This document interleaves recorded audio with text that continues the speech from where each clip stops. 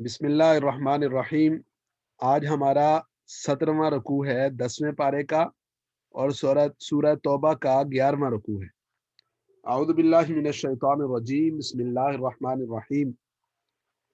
فرح المخلفون، فرح خوش ہو گئے، المخلفون مخلفون خلف سے، خلف کہتے ہیں پیچھے کو، المخلفون پیچھے رہنے والے، ایسے لوگ کہ جنہیں پیچھے کر دیا گیا۔ تو یہاں مخلفون کا معنی پیچھے کر دیا گیا کا یہ مطلب نہیں ہے کہ وہ خود پیچھے رہنے والے ہوتے ہیں، بلکہ جب کوئی آدمی اللہ رب العزت کی بارگاہ میں توفیق سے محروم ہو جاتا ہے تو وہ پیچھے کر دیا جاتا ہے۔ جیسے علامہ عزیز الحسن مجذوب رحمۃ اللہ علیہ ایک اللہ کے ولی اور شاعر گزرے ہیں، انہوں نے ایک شعر فرمایا۔ کیا فرمایا؟ فرمایا میری طلب بھی تیرے کرم کا صدقہ ہے، یہ قدم اٹھتے نہیں اٹھائے جاتے۔ یعنی نیکی کے کام کی توفیق اللہ کے کرم سے ملتی ہے، نماز کی، تہجد کی، اعمال کی، کسی چیز کی بھی توفیق محض اللہ رب العزت کے فضل و کرم سے ملتی ہے۔ تو فرح المخلفون، مخلفون ویسے تو وہ خود پیچھے رہنے والے ہیں، لیکن اصل میں اللہ رب العزت کی طرف سے جس کا انتخاب ہوتا ہے وہ آتا ہے۔ جیسے یہ قرآن کریم کی کلاس ہے، جیسے دین پڑھنے کا معاملہ ہے، دین سیکھنے کا معاملہ ہے، اللہ کے راستے میں خرچ کرنے کا معاملہ ہے، کوئی معاملہ بھی ہے، اللہ رب العزت کی توفیق ہوتی ہے تو آدمی وہ کرتا ہے، اللہ رب العزت کی توفیق نہیں ہوتی تو آدمی نہیں کر سکتا۔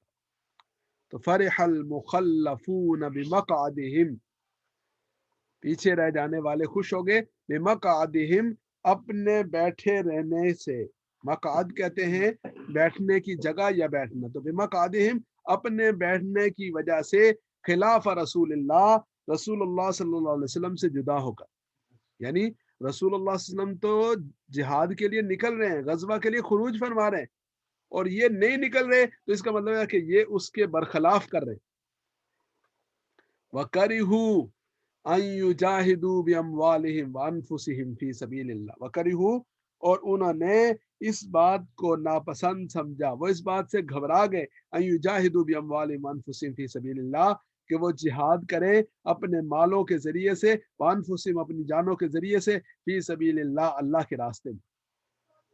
انہوں نے اس بات کو ناپسند سمجھا، لیاذ باللہ، یعنی وہ گھبرا گئے، یہ حوصلہ ان میں نہ رہا۔ وقالوا اور کہنے لگے لا تنفروا فی الحر، مت نکلو فی الحر گرمی میں۔ لوگوں سے کیا کہا؟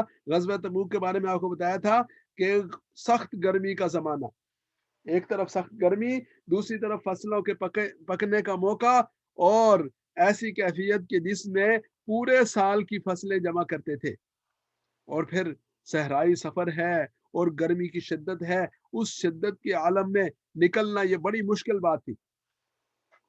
وقالو کہنے لگے لا تنفروا فی الحر، تنفروا نفر سے ہے، نفور سے ہے، یعنی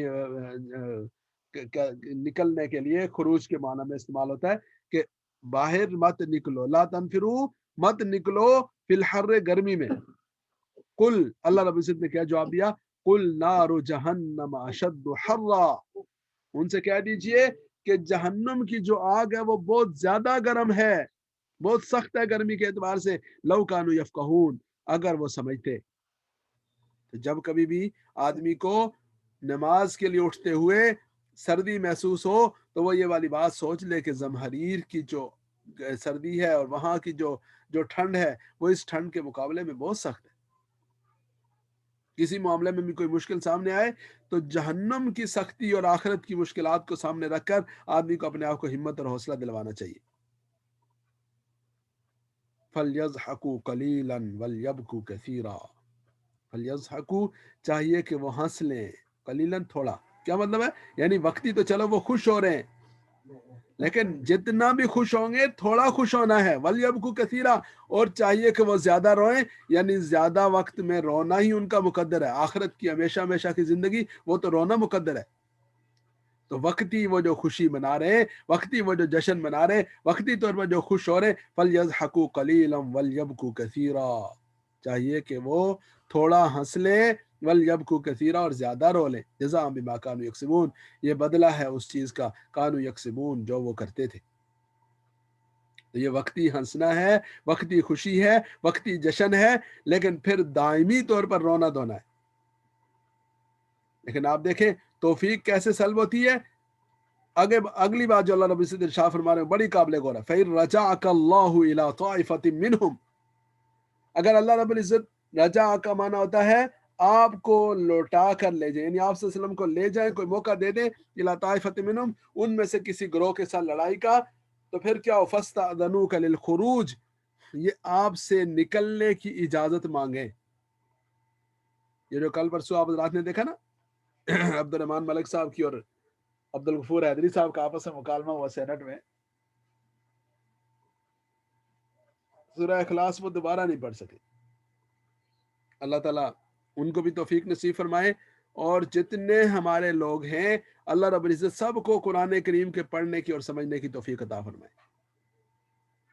ہر ایک کے اوپر ترس کھانے کی ضرورت ہے، ہر ایک پر محنت کرنے کی ضرورت ہے۔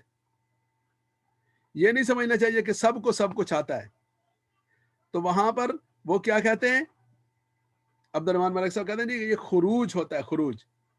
تو خروج کا معنی ہے نکلنا، اور ایک خراج کا معنی ہے دوسرے کو نکالنا۔ وہ مکالمہ بڑا دلچسپ، آپ ضرور دیکھیں، جو مولانا عبد الغفور حیدری صاحب اور عبد الرحمان ملک صاحب کے درمیان ہوا۔ تو فَاسْتَأْذَنُوكَ لِلْخُرُوجِ، وہ آپ سے نکلنے کے، خروج کا معنی نکلنا، اخراج کا معنی دوسرے کو نکالنا۔ فَاسْتَأْذَنُوكَ لِلْخُرُوجِ، وہ نکلنے کی اجازت چاہیں، فَقُلْ، کہہ دیجئے، لَن تَخْرُجُوا مَعِيَّ أَبَدًا، ہرگز تم نہیں نکلو گے میرے ساتھ کبھی بھی۔ اللہ تعالیٰ اس طرح توفیق کے چھن جانے سے اور محروم ہو جانے سے اپنی رحمت سے محفوظ فرما دے۔ فَقُلْ، کہہ دیجئے، لَن تَخْرُجُوا مَعِيَّ أَبَدًا، ہرگز تم میرے ساتھ نہیں نکلو گے، ابدا، کبھی نہیں نکلو گے، وَلَن تُقَاتِلُوا مَعِيَّ أَبَدًا، اور میرے ساتھ مل کر تم کبھی بھی قتال نہیں کرو گے۔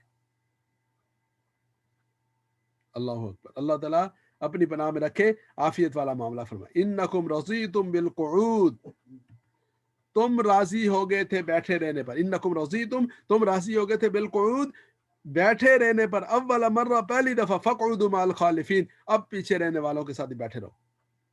اِنَّكُمْ رَضِيتُمْ بِالْقُعُودِ، تم بیٹھے رہنے پر راضی ہو گئے تھے، اس پر خوش ہوئے تھے، اول مرہ، پہلی دفعہ، فَقْعُدُوا مَعَ الْخَالِفِينَ، تو اب کیا کرو، پیچھے رہنے والوں کے ساتھ بیٹھے رہو۔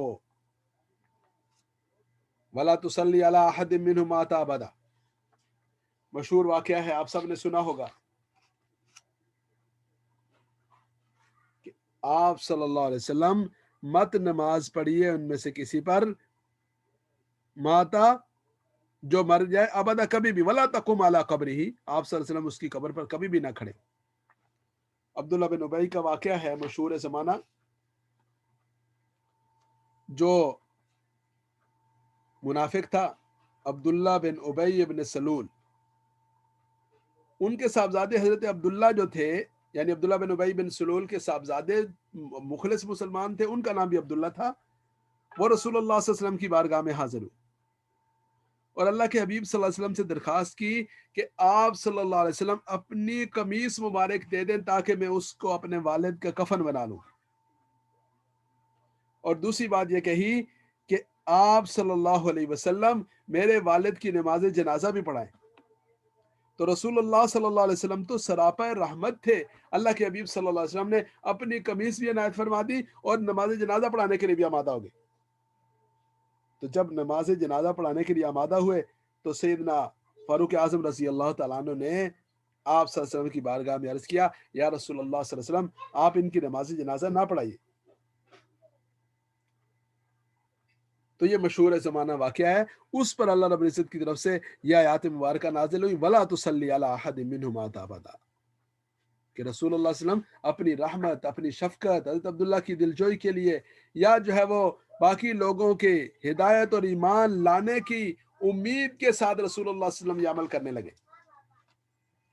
اور حدیث شریف میں آتا ہے کہ اللہ کے حبیب صلی اللہ علیہ وسلم نے ارشاد فرمایا، جب یہ اشکال ہوا کہ یا رسول اللہ، آپ اس کے لیے، اس منافق کے لیے آپ نے کرتا دے دیا، اس منافق کے لیے آپ جنازہ پڑھانے کے لیے آمادہ ہو گئے، تو اللہ کے نبی صلی اللہ علیہ وسلم نے ارشاد فرمایا کہ میرا کرتا اس جانے والے کو تو آگ سے نہیں بچا سکتا، لیکن اس کی قوم کے ہو سکتا ہے کہ 1000 لوگ مسلمان ہو جائیں۔